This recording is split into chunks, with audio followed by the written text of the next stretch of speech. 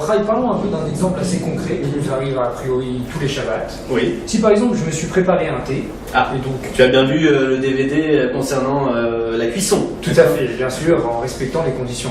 D'accord, très bien. Et donc le sachet, donc le thé est suffisamment infusé. Est-ce que j'aurai le droit donc de retirer le sachet de thé Oui. et de le mettre à côté pour pouvoir boire mon thé tranquillement? Tout à fait. Parce que, en fait, il y a un principe, c'est qu'un élément solide, donc comme ce sachet de thé, n'est pas considéré comme mélangé à un liquide lorsque le solide est de taille conséquente, on va dire assez gros. Donc ici, lorsque l'on avait le sachet de thé à l'intérieur de ce verre, il n'était pas considéré comme mélangé. Donc encore une fois, si nous n'avons pas de mélange, bien évidemment, nous n'avons pas besoin de respecter les trois conditions. On peut donner une autre technique aussi qui est très bonne, c'est de retirer ce sachet de thé avec une cuillère. De cette manière, on prend aussi un petit peu d'eau, d'accord, donc qui serait l'élément, on va dire, bon, si on considérait le sachet de thé comme mauvais. Et donc comme ceci, nous n'avons vraiment aucun problème à retirer le sachet de thé pendant Shabbat. D'accord. Donc Rai, d'après ce que tu viens de nous dire, qu'il n'y aurait pas de mélange entre un solide et un liquide, si par exemple j'ai donc ce cas-là, ou comme vous le constatez ici, j'ai une aile de poulet dans de la sauce. Et j'aimerais enlever le poulet pour pouvoir garder la sauce, pour mettre ça dans mon couscous. Est-ce que j'aurai le droit donc de retirer ce poulet-là de la sauce, puisque de toute façon, c'est un solide d'un liquide? Et donc ce n'est pas considéré comme mélangé, tu as tout à fait raison.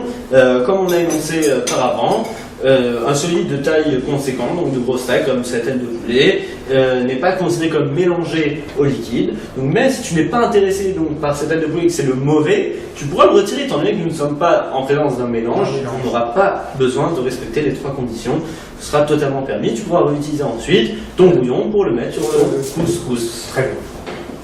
D'accord, donc insistons un petit peu sur ces mélanges de solides et liquides. Comme par exemple ici, on a un verre d'eau dans lequel il y a malheureusement une petite bête qui est tombée. Est-ce qu'on aurait le droit donc de se saisir de la petite bête pour pouvoir et de l'enlever pour pouvoir consommer le reste du verre d'eau? Effectivement, ici on parle d'un verre d'eau, mais on pourrait parler d'une très grosse marmite, et donc ça serait peut-être dommage de jeter toute la marmite, ou peut-être ce serait peut-être plus préférable d'enlever. Tout à fait, tu as tout à fait raison. Donc ici, on est en présence d'un petit problème, étant donné que la mouche, par contre, c'est vrai que c'est un solide, mais il est de taille petite. Donc il est plus considéré comme mélangé au liquide. Donc ici, la meilleure option sera éventuellement d'extraire donc de ce verre la mouche avec un petit peu de liquide. D'accord. Ainsi, on n'aura pas pris que le mauvais, on n'aura pas extrait que le mauvais, mais on aura aussi pris un petit peu du bon. Donc nous n'aurons pas enfreint l'interdit de trier. Donc ici, par exemple, deux petites solutions, soit avec une cuillère, je peux me saisir de cette mouche, d'accord, avec un petit peu d'eau, comme vous voyez, je ne sais pas si vous le voyez très clairement à la caméra, mais j'ai pris un petit peu d'eau dans cette cuillère et la jeter de mon verre. Ou alors, autre option, je peux carrément verser comme ceci, de manière à faire tomber aussi un petit peu d'eau avec cette mouche. Voilà, là elle est tombée. Et ceci sera totalement permis pendant Shabbat. D'accord. D'accord, Rai. Alors étudions un peu un cas assez concret qu'on rencontre souvent le vendredi soir. Si par exemple nous avons un bouillon de légumes, est-ce que j'aurais le droit par exemple de me servir un peu de bouillon et de le mettre de côté? D'accord. De côté, sachant que dans ce bouillon-là, comme vous pouvez le constater ici, vous avez des légumes qui sont dans ce bouillon. Est-ce que j'aurais le droit de faire ça ou ça s'appellerait séparer le mauvais du bon? Écoute, Jonathan, ici, les légumes sont de petite taille et donc ils restent bien en bas de ton bouillon.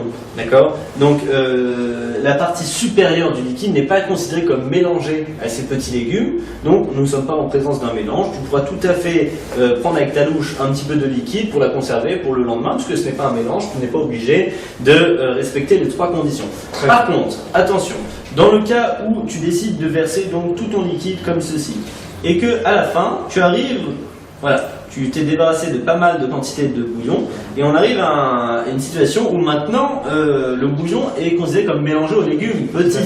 Donc dans ce cas-là, par contre, nous sommes en situation de mélange. Donc il faudra absolument respecter les trois conditions.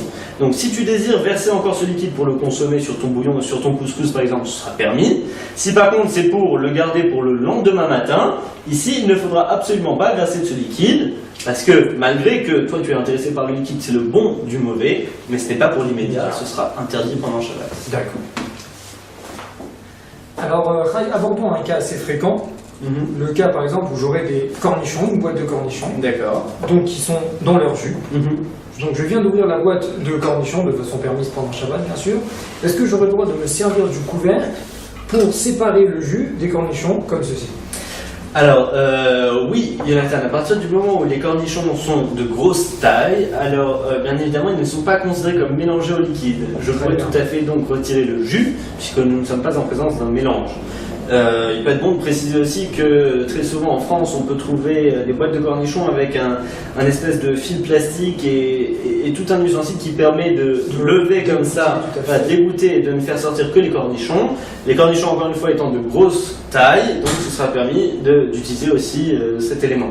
Très bien, d'accord. Donc tu nous parles de la taille ici, mais donc dans ce cas-là, concernant donc les olives, qui sont de plus petite taille, alors est-ce que ça voudrait dire que je n'aurais pas le droit d'égoutter le jus? Non, tu as tout à fait raison de le préciser. Étant donné que les olives, elles sont considérées comme mélangées au liquide puisqu'elles sont beaucoup plus petites, donc ce sera interdit de verser le jus à l'aide du couvercle parce que ça pourrait être considéré comme un ustensile réservé au tri, qui plus est que ici tu extrais le mauvais du bon.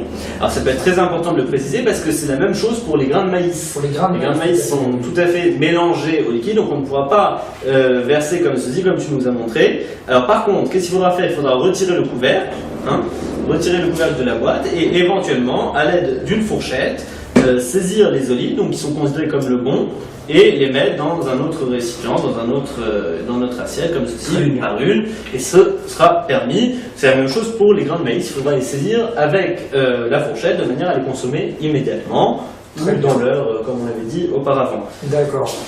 Pour finir, alors concernant une boîte de thon, où là les éléments sont encore plus petits, parlons un peu des miettes de thon qui sont dans l'huile. Oui. Est-ce que j'aurais le droit alors d'enlever cette huile? C'est vrai, Jonathan, ce sera interdit parce que ici, donc bien évidemment, le couvercle ce sera strictement interdit, mais même sans le couvercle, je ne pourrais pas utiliser la fourchette comme ceci pour retirer le jus parce que c'est totalement mélangé. Donc la seule option sera éventuellement de prendre comme ceci avec la fourchette et de verser, mais en versant, de faire tomber un petit peu de thon dans le lavabo, donc ce saladier fait office de lavabo, de manière à ne pas avoir extrait le mauvais qui est ici l'huile, du bon, mais avoir extrait aussi un petit peu de la bonne partie avec.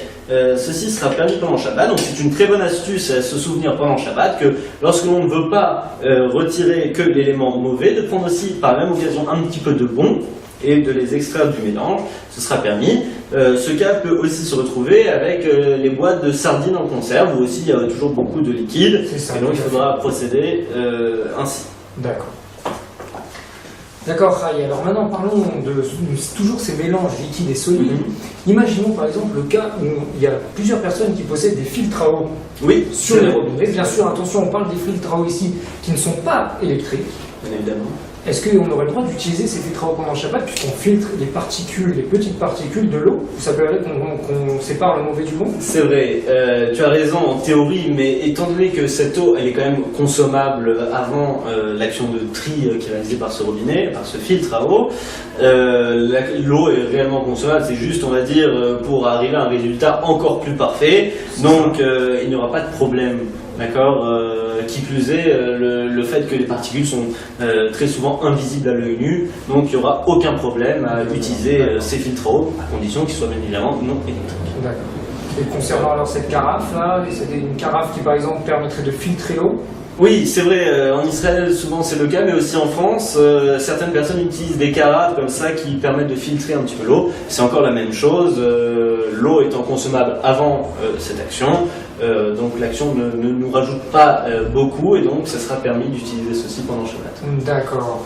Et ça, alors pour finir, la petite pièce qui se trouve dans l'évier, lorsque je fais par exemple la vaisselle et donc qui filtre l'eau, les impuretés qui se retrouvent au-dessus, est-ce que ça s'appellerait filtrer? On n'aurait peut-être pas le droit de faire la vaisselle pendant Shabbat? Oui, c'est une très très bonne question, mais je te rassure Jonathan, étant donné que cette petite pièce que l'on laisse dans le lavabo, dans l'évier, en fait est destinée à recevoir, en fait à ne trier que deux éléments mauvais en fait. Tout ce qui arrive dans le lavabo en général je veux le jeter. Donc il laisse passer le liquide que j'aimerais jeter, mais aussi il ne fait que trier les solides que j'aimerais trier. Donc en fait tout est considéré comme mauvais. Je ne suis pas en train de trier le bon du mauvais. Je peux les laisser dans mon lavabo pendant Shabbat. Il n'y aura aucun problème.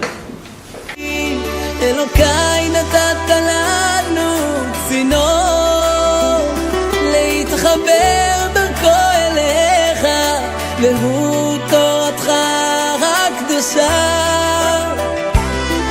אלוקיי הנני מפיל תחינתי לפניך מהמקום הכי עמוק.